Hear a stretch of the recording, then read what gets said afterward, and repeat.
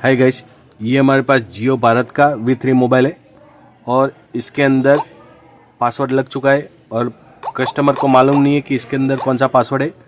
तो इसको हम फ्लैशिंग करके इसका सॉल्यूशन करके बताएंगे। तो ये वीडियो को पूरा देखें। तो चलिए हमारे पीसी स्क्रीन पर।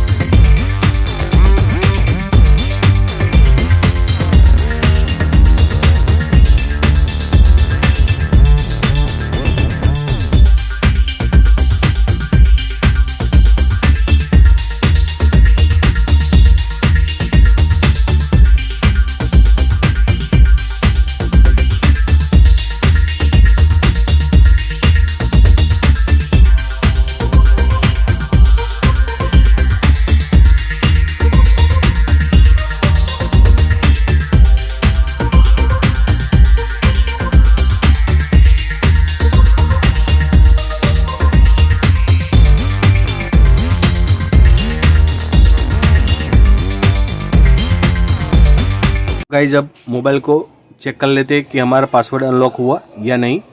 तो ऐसी ही टेक्नोलॉजी वीडियो देखने के लिए हमारे चैनल को सब्सक्राइब जरूर कर दीजिए। तो यहाँ पर देख लीजिए, हमारा पासवर्ड अनलॉक हो चुका है। आशा करता हूँ कि ये वीडियो आपको अच्छा लगा होगा और अच्छा लगा है तो लाइक, शेयर और कमेंट जरूर करें। धन्यवाद दोस्तों।